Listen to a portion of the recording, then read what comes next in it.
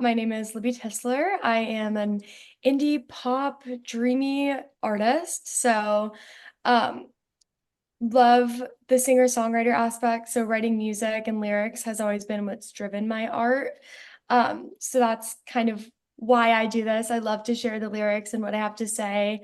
I'm based in Nashville and am currently rolling out my debut EP called Hopping Dimensions. So, a little bit about me. Originally from Rhode Island, lived there growing up my whole life, and then went down to New Orleans for college, and that was a blast. You can't have a bad time in New Orleans. And then I've been here in Nashville for I just hit 3 years. So Wow. did I answer the Kazoo Kids question okay? I think you answered it perfectly. I'm always curious as to why this sudden move to Nashville. Like, what made you want to go there?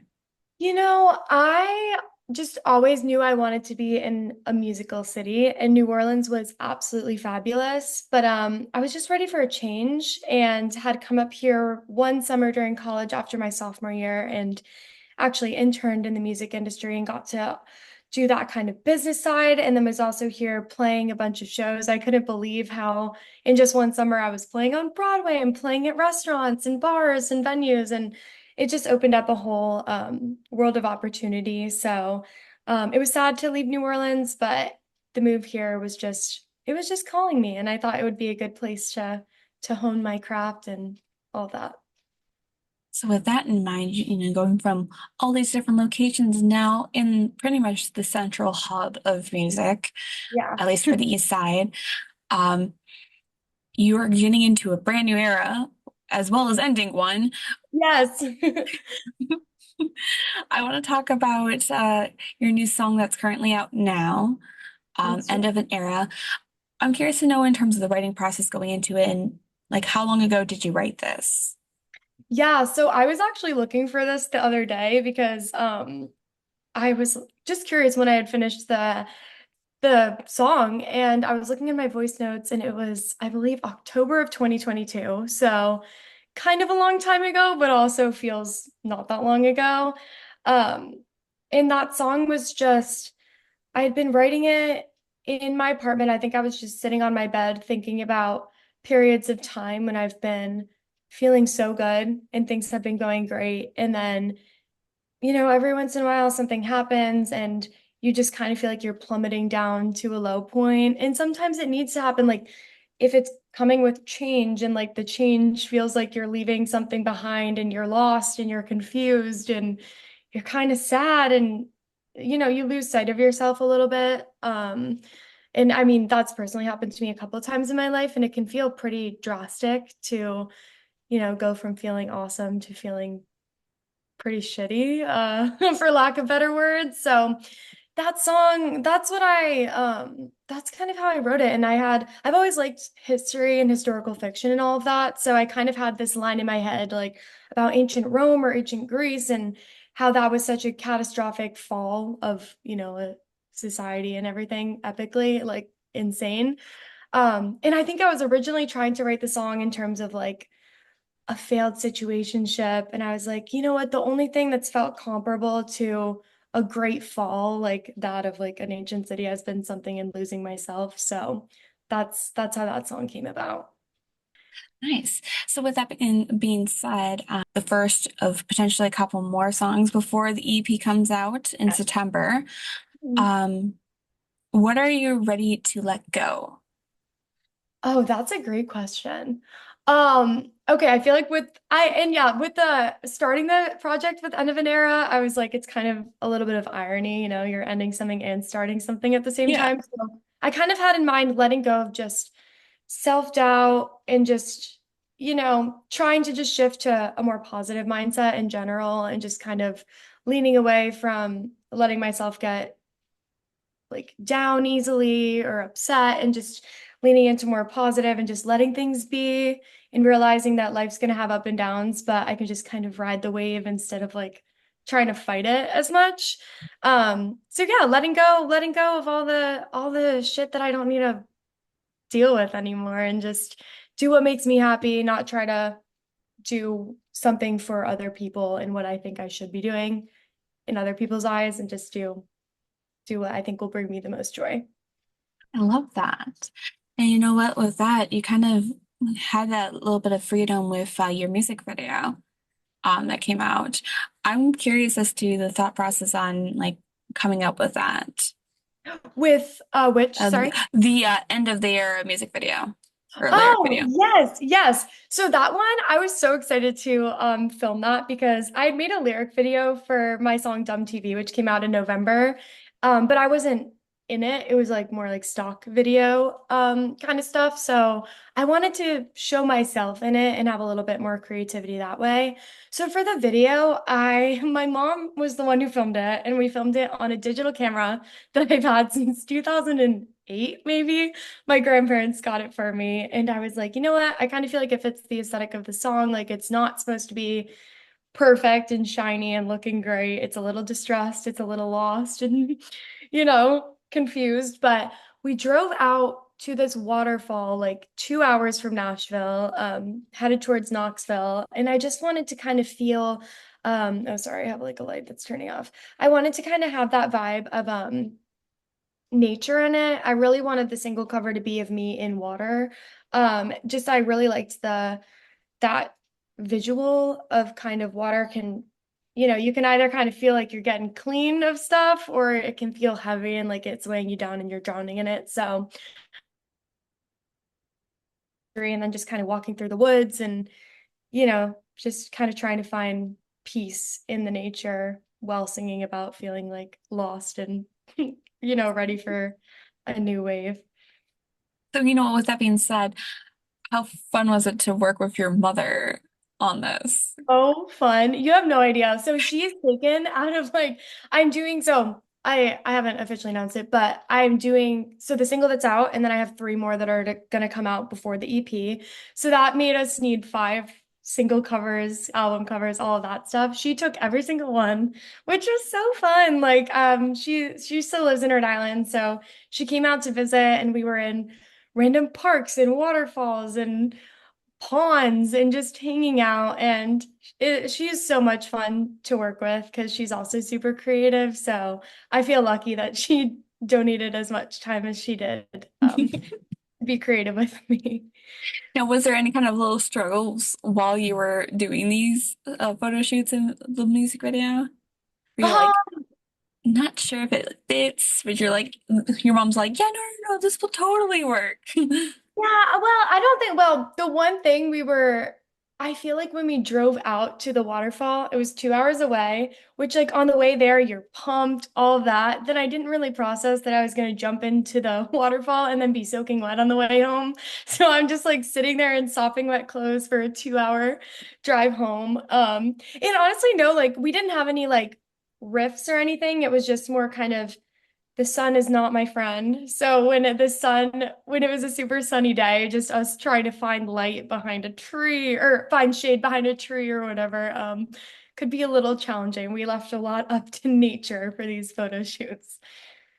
And did the idea of not bringing extra clothes was You know going what? around? I just don't think it really crossed my mind. I think not the extra shoes. That was one thing. I jumped in the lake in my shoes because it was so slippery. I was like, well, I have to have some tread, and it was like a Nike pair of sneakers that was just sopping wet for the whole ride home. I think I took them off, and I might have had like an extra pair of clothes somewhere in my car, but it was just, just I didn't plan as well as I could have for that one. Well, at least now that you have a couple singles that are going to be coming out with the photos that you've taken, and um, I am curious when it comes to the album name, Hopping Dimensions, where did that kind of come from? Yeah, so this one, I like this story. I was in college, I think my senior year, still in New Orleans, and I had a dream that felt super vivid.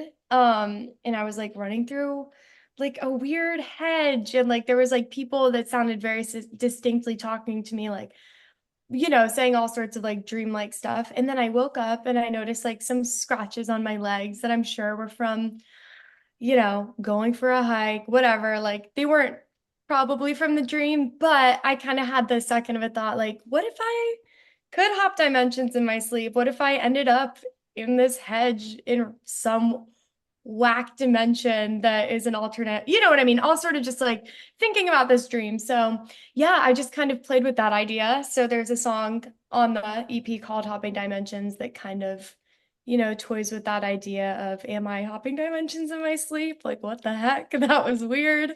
But just overall, I liked the idea that regardless of whether or not I did, which I probably didn't, it feels like more is possible than I realized. Like it kind of just was like, you know what? Anything's possible if I just keep, trying to seek happiness and joy, then there's like greater stuff out there than the confines of like, not trying and not pursuing my dreams.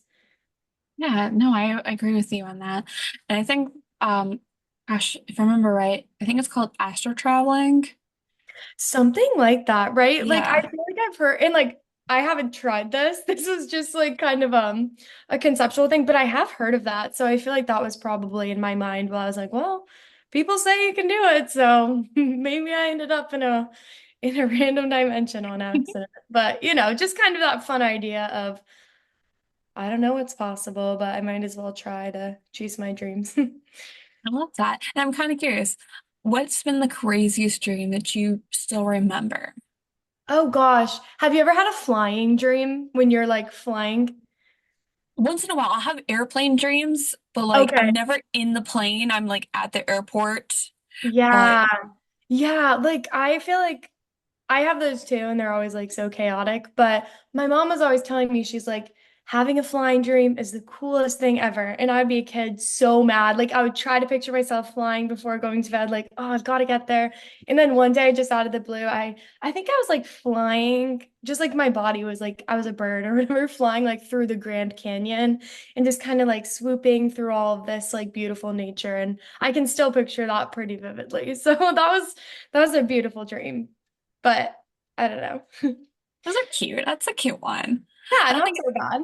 I don't think I've ever had a flying dream. I've always had like maybe because I've been around the music industry for quite a bit, I have like festival dreams, and those are my Oh, wow. favorite, where I'm Yeah. like at a XYZ festival and I got Meg the Stallion putting on roller skates right next to me. Yes, I love it. That's fun. That's fun. I feel like that would be a cool dream. I did musical theater growing up, so every once in a while I have like a stress dream when it's like opening night, don't know the show, don't Yes. know the lines. I'm just like on stage winging it, like trying to remember this song and dance that doesn't exist. So those are always fun. Oh, those are fun. Yeah. It's Keeps me on it's my those ones. yeah. It's those ones that you're like, am I doing the right thing? And when you wake up, you're like, okay, did I do the right thing or not? And it just makes you Yeah, it kind of takes you question like that. a minute. It's like, oh my God, who would have known? So, normally I'm at the part where I have a few of these conversation cards just for fans to get to know you on a fun level. Love it. Let's do it. All right. We'll start with if you were invisible, what would be the first thing you do? Invisible. Oh my gosh, I feel like I would put on like crazy outfits that I'm normally not like feeling like I can rock and just like walk around and like, have a party and walk around town in these crazy like fashion outfits that I don't normally have the courage to wear. Wait, wait, wait. Would it be just an invisible body wearing those crazy outfits? Well, I feel like you couldn't see any of it, but I would know I'm Okay. wearing something crazy, so I'd be like, all right, like I pulled it off, but no one has to know. So if I was not so fashionable, then no party, no foul. The moment you put on that item disappears too. Exactly. Well, that's what Okay. I'm thinking, right? So I'm just Yeah, kind of like trying some new looks out in the comfort of no one I love seeing. that. Here, what is something about you that sounds fake but is 100% true? Fake, but 100% true. Oh my gosh, that's a hard one. This is like not anything revolutionary, but I used to be allergic to strawberry milk and just outgrew it. But my dad Interesting. would make a joke when I was a kid. He was like, "Yeah, you were allergic and you grew a tail and it fell off. Like you're okay." Like, and I believed that. Obviously, that's completely fake, but I believe that for probably a little bit longer than I should have. That's cute. Oh my I was like, goodness. oh gosh, like you guys, like good thing my tail fell off, you know? Here, what is your current guilty pleasure? Okay, I have been watching Vanderpump Rules for the first time, which so reality television, and I started this in September and I'm finally just now catching up, but honestly, just at the end of a long day, putting on reality TV and I'll watch like 4 episodes and I'll just eat like some Cheetos in bed and just totally vibe out to just the chaos that's a reality show. So, I would say reality TV, most specifically Vanderpump Rules. Reality shows are probably like the funnest ones to just kind of like Right. brain melt and just Breath. enjoy and relax. I don't have to think for a single second. I just kind of rock out and so I don't know. I feel like that's it. And then I'm trying to think if there's any other guilty pleasures. Not really. I mean, I just want ice cream all summer long. So I've been going to a spot called Jenny's Ice Cream and getting a little weekly ice cream run, but I that's kind of love all. that. I have a sweet tooth, so that never ends. See, that's instead of ice cream, it's cookie dough for me. Oh, so Yeah, good. So yeah. good. We have an edible cookie dough spot, like a couple of them in town. Ooh, So good.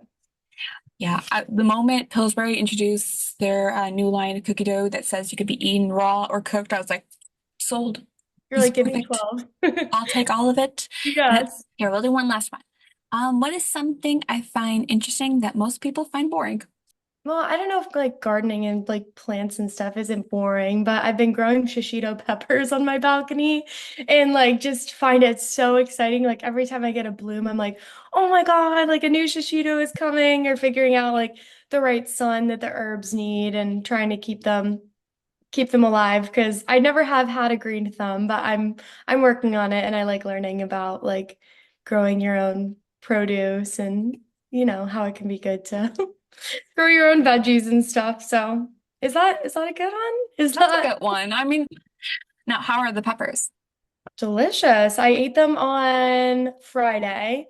Made some shishito peppers. I only had 4 of them, so full disclosure, it's still very much I'm learning how to grow them. So 4 shishito peppers, some sauteed mushrooms, and some steaks. And they were good. I can't complain. They tasted definitely earthy and good, but they're growing. We're hoping for more. I love that. And, be able to get to taste your, oh shit, how does that saying go? I know Uh, I it's like can taste the picture it. bounty of, Yeah, yeah, yeah. something. Well, they were good, and I'm They glad were, just glad yes. that they actually grew and I got to enjoy them. Because last year I grew a tomato and I was so excited. I was like, I'm gonna wait till it's like perfect and as big as it's gonna get, and then it went bad before I ever got to eat it. So now I'm actually enjoying my hobby. Well, that's good. And you know what? You have more to enjoy because this album's going to be coming out soon, Yes, September I'm so 27th. excited. That's insane. It's coming around the corner. It is. Um, I am curious to know is what the potential next single is going to be. Ooh. So what's the artist about? So the artist is a story I wrote about falling for an artist, like because I think it's cool, like obviously my art is music and I was kind of exploring like the visual arts and painting and all sort of stuff like that. So I was wanting to tell a story about falling for an artist and then having things not work out and just a great loss of love and all with like through the guise of talking about art. Ooh. Well, I cannot wait for everybody to hear that song as well as End of the Era and the album, which will be out on the 27th of September, which is just not too far off. Oh, it's time is flying too. I feel like it'll be here tomorrow. And normally, like how I end all my interviews, I always have to ask the big question of the day, which is where can we be able to find you? Where can you find me? I am on all platforms just under Libby Tisler. And TikTok is Libby Tisler Music. So, check it out. I would love to say hey if anybody's watching and wants to shoot me a message or likes any of the songs and wants to hear more. I'm always an open book. So feel free to say hi. But yeah, Libby Tisler is where you can get everything on Spotify. Got a website that can direct you everywhere. So All right. Let's put